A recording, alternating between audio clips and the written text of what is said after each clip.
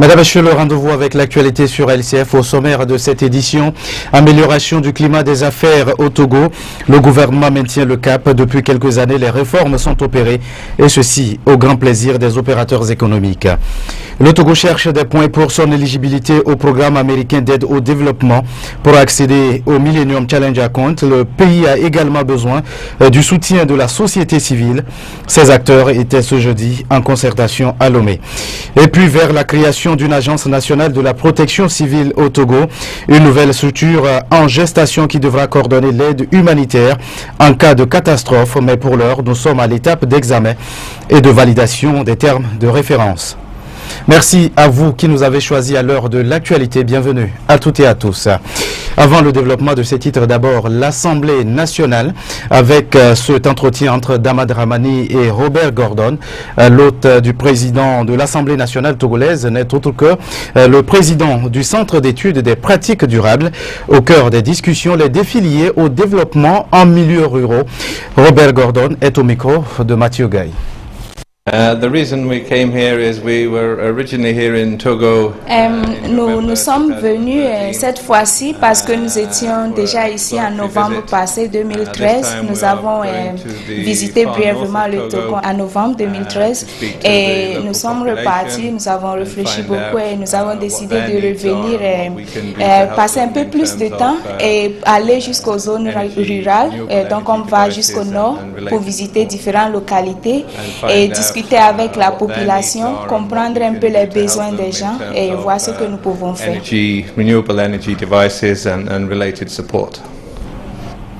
Nous restons encore à l'Assemblée nationale. L'Assemblée nationale, lieu de rendez-vous ce jeudi des parlementaires d'Afrique, d'Amérique latine, des Caraïbes et d'Asie. Un seul sujet à l'ordre du jour de cette rencontre, la violence armée occasionnée par les armes légères et de petit calibre. Mathieu Gaye. Les députés togolais, les parlementaires et sénateurs d'Afrique, d'Amérique latine, des Caraïbes et d'Asie ont 2 jours pour se pencher sur les questions spécifiques liées à la violence armée occasionnée par les armes légères et le petit calibre.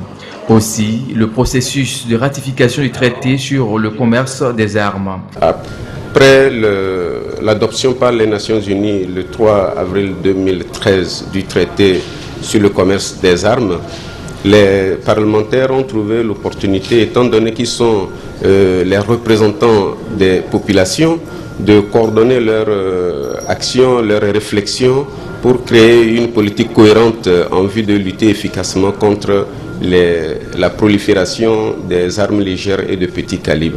Vous savez très bien que les pays, il y a des traités nationaux, des traités sous-régionaux, mais qui n'ont pas toujours porté leurs fruits. Nous pensons et nous estimons qu'avec les députés qui retourneront sur le terrain pour échanger avec la population, à qui ils démontreront que la paix commence dans la famille, puis dans le village, dans le canton, avant qu'elle ne soit nationale. Nous estimons que les députés pourront jouer un rôle essentiel dans la défense ou dans la lutte contre la prolifération des armes légères et de petits calibres. Ce forum de 48 heures sera aussi l'occasion pour avoir une stratégie qui consiste à mettre ensemble les parlementaires de différents pays afin de leur permettre de partager leurs visions et d'échanger les expériences sur un sujet aussi important qu'est le maintien de la paix et la sécurité internationale.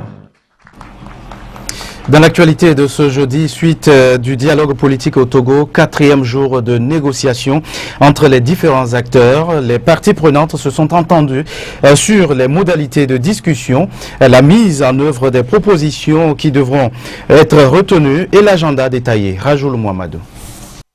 C'est perché au 8e étage de l'immeuble abritant le siège de Togo Télécom, plutôt qu'à l'hémicycle, que depuis le début de la semaine, les partis parlementaires essayent de prendre de la hauteur de vue pour dégager le maximum de consensus sur l'épineuse question des réformes. Depuis 4 jours, les discussions avancent lentement, mais sûrement. Les parties prenantes se sont entendues sur les modalités de discussion, la mise en œuvre des propositions qui seront retenues et l'agenda détaillé des discussions. L'étape des modalités pratiques ainsi franchie ne reste que la question du facilitateur avant d'aller dans le vif du sujet. La question avait provoqué la première suspension de séance mardi dernier. Mais s'il faut en croire le communiqué du jour, elle est en passe d'être résolue. Le dialogue s'est accordé sur la désignation d'un facilitateur. À cet effet, des contacts ont été pris et des démarches sont en cours. Observons que sur la forme, le principe et le rôle d'un éventuel facilitateur fait l'unanimité. Cependant, sur le fond, il soulève deux inquiétudes. 1. Le choix de la personnalité qui fasse consensus. A priori, les protagonistes verraient d'un bon œil une personnalité issue du clergé, coutumier de ce genre d'exercice d'équilibrisme, ou une personnalité étrangère pour apporter une caution et une dimension internationale au dialogue. 2. Le moment de l'intervention. Dans l'opposition, on voudrait d'un facilitateur arbitre qui donne le coup d'envoi et officie durant tout le match des négociations. En face, on espère qu'il se cantonne à un rôle de pompier qui n'intervienne qu'en cas de blocage majeur. Quoi qu'il en soit, dans un sens comme dans l'autre, rien n'est encore décidé et toutes les options sont sur la table. Cependant, il va falloir aller vite car le temps presse et le dialogue a un chronogramme très serré. Les différentes parties prenantes ont jusqu'à la fin du mois pour évacuer le reliquat des réformes constitutionnelles et institutionnelles laissées en souffrance depuis 2006. Ces discussions au sein de la classe politique font couler beaucoup d'encre et de salive. Le collectif Sauvons le Togo est monté ce jeudi au créneau. Objectif, donner sa lecture de l'évolution de ce dialogue politique. Jacques Pekemsi. Au soir de la 4e journée de discussion entre les partis politiques parlementaires, le collectif Sauvons le Togo se retrouve face à la presse. Les dernières évolutions des discussions sont à l'honneur. Ce jeudi, les différents partis se sont accordés sur le principe d'un médiateur. La position que nous défendions est celle selon laquelle une personne extérieure au dialogue doit diriger les débats. Ce matin, le parti au pouvoir a accepté finalement l'idée de confier la direction des débats à une personnalité extérieure, ce qui est une avancée importante qui va permettre maintenant d'entrer dans le vif du sujet. Ça veut dire les préliminaires sont réglés, on va pouvoir discuter. Deux noms sont évoqués par le collectif Sauvons le Togo, le pasteur Klagba et Monseigneur Nicodème Barrega. Et à l'heure où tous s'accordent sur ce point, le sujet des incendies refait surface avec de nouvelles évolutions.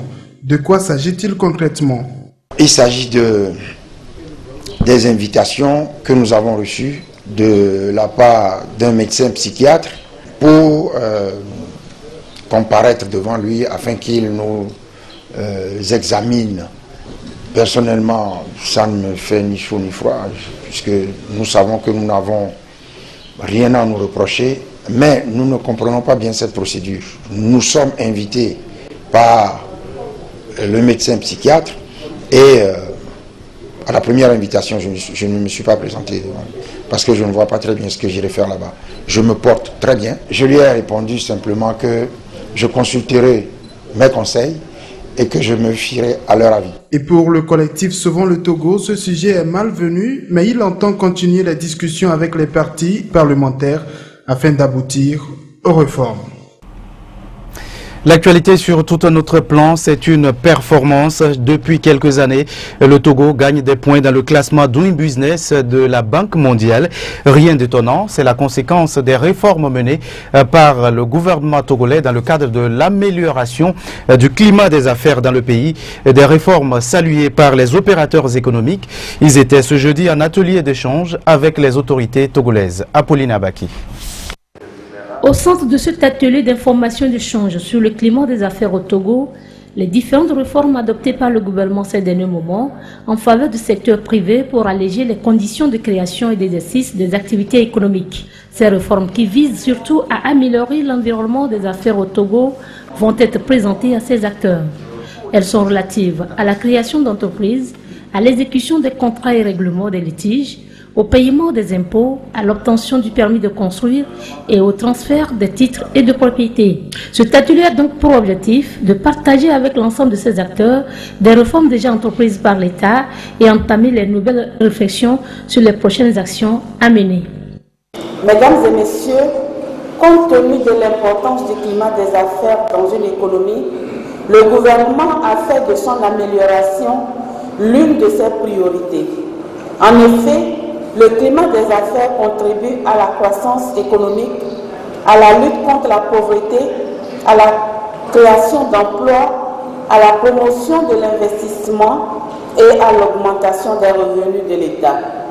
C'est la raison pour laquelle je me réjouis de la tenue de cet atelier qui nous permet de communiquer sur les réformes entreprises par le gouvernement en matière d'amélioration du climat des affaires afin de créer un cadre de plus en plus favorable à l'exercice des activités par le secteur privé en vue de lui permettre de jouer pleinement son rôle de moteur de la croissance pour la création d'emplois et de la richesse dans notre pays.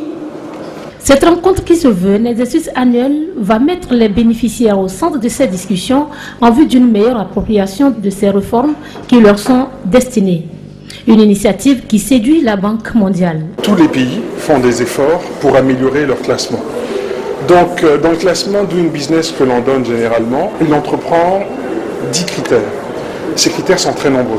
Mais au niveau de la création de l'entreprise, je peux vous assurer que le décret qui a été pris il y a 2 jours, qui réduit le temps de création de l'entreprise, et particulièrement celui qui rend la faculté à celui qui crée l'entreprise de faire un acte sous seing privé, c'est-à-dire simplement 2 personnes signent un acte, ou de passer devant un notaire, il n'y a que 4 pays dans l'ensemble de l'Afrique de l'Ouest qui l'ont fait. Donc le Togo est le 4e pays à accéder à cela. Je pense que c'est une étape très importante. Il faut aller de l'avant, mais il faut déjà reconnaître ce qui a été fait. Je crois que c'est une bonne chose. Le gouvernement togolais s'engage à poursuivre les réformes pour faciliter le climat des affaires, ceci pour contribuer à la croissance économique. Des réformes non seulement pour améliorer le climat des affaires, mais des réformes il en faut aussi dans d'autres domaines tels que le social, la politique, et c'est le prix à payer pour accéder au Millennium Challenge Account. Ce programme américain d'aide au développement n'est pas facile d'accès. Le gouvernement togolais le sait et il compte sur le soutien de la société civile pour que le pays puisse gagner des points. Hugues Vignon, Atiko. Le gouvernement togolais s'est engagé dans un vaste processus de réforme depuis 2006. Ces réformes pour promouvoir le développement économique et social requièrent une importante mobilisation de ressources. C'est dans cette perspective que les autorités togolaises œuvrent pour l'éligibilité de notre pays au programme du Millennium Challenge Account, les comptes du défi du millénaire, MCA. Financés exclusivement par le Congrès américain, les comptes du défi du millénaire sont gérés par le Millennium Challenge Corporation. Pour définir l'éligibilité d'un pays à recevoir une assistance, le MCC examine les performances des 20 indicateurs de politique indépendante et transparente allant de la gouvernance juste à l'encouragement de la liberté économique. Le Congrès américain a précisé que la fiche du score annuel évaluant la performance de chaque pays doit être le plus objectif possible. Pour atteindre cet objectif, la performance dans chaque catégorie est déterminée non par un conseil ou une personne choisie par le gouvernement américain, mais plutôt en faisant appel à des entités reconnues et respectées à l'échelle internationale qui publient des rapports sur plusieurs des 20 catégories. Depuis la création du Millennium Challenge Corporation, le Togo n'a pas encore réussi à passer les critères de l'éligibilité requis, d'où la volonté du gouvernement et avec l'appui du PNUD et de l'ambassade des États-Unis de mettre en place des outils pour accéder à cette éligibilité. L'une des étapes essentielles est la sensibilisation des acteurs sur leur rôle et responsabilité dans ce processus. La société civile togolaise peut travailler à l'amélioration de l'image du Togo. La société civile togolaise peut travailler à sensibiliser, à informer sur toutes les réformes qui ont été faites ici au Togo depuis 2006. L'une des obligations qui incombent aussi bien à l'équipe MCA qu'à la société civile togolaise, c'est de dire au monde, le Togo change. Le Togo fait des réformes essentielles. Le Togo est un espace de liberté politique. Le Togo est un espace de liberté économique. Il s'agit donc de renforcer ces acquis et de créer les conditions de satisfaction des indicateurs d'éligibilité au MCA. C'est l'objectif de cet atelier animé par le cabinet Binge Finance Consulting. L'atelier d'aujourd'hui a pour objectif de partager avec la société civile, les organisations de la société civile, le processus de comprendre qu'est-ce que c'est que le Millennium Challenge Corporation et le Millennium Challenge Account, quelle est la différence entre les deux acronymes, comment sont calculées l'éligibilité d'un pays, quels sont les indicateurs sur lesquels le Togo doit travailler pour être éligible à ce fonds et comment se fait la compilation de ces données. La deuxième chose sur laquelle nous allons insister au cours de cet atelier, c'est de permettre à la société civile de jouer pleinement un rôle depuis le début de l'éligibilité jusqu'à la mise en œuvre du programme qui va découler de tout ce processus. Depuis sa mise en place, le Millennium Challenge Corporation a signé 26 accords de dons de financement de programmes, dont 15 avec les pays africains pour près de 5,8 milliards de dollars américains. Bientôt, la création d'une agence nationale de la protection civile au Togo. Le pays veut se conformer aux exigences de la conférence des chefs d'État et de gouvernement de la CEDEAO. La nouvelle structure en gestation sera chargée de la prévention et de la coordination de l'aide humanitaire en cas de catastrophe. Dans le processus devant conduire à sa création, le Togo est pour l'instant à l'étape d'examen et de validation des termes de référence. Samuel Niaoui. Après les gigantesques inondations de 2010, le gouvernement togolais est en alerte maximale. Même si une réponse idoine a été apportée à cette catastrophe, les autorités sont conscientes que le risque zéro n'existe pas. Il faut donc mettre en place un mécanisme durable de prévention et de gestion des catastrophes. En la matière, il existe une directive de la conférence des chefs d'État et de gouvernement de la CEDEAO qui instruit les États membres d'instituer une agence exclusivement consacrée à la gestion des catastrophes et à la coordination des actions humanitaires. Au Togo, on a pris la mesure de la chose et lancé le processus de création de l'Agence nationale de la protection civile. Cet atelier de Palimé vise à faire l'examen et la validation des termes de référence du processus de création de cette agence.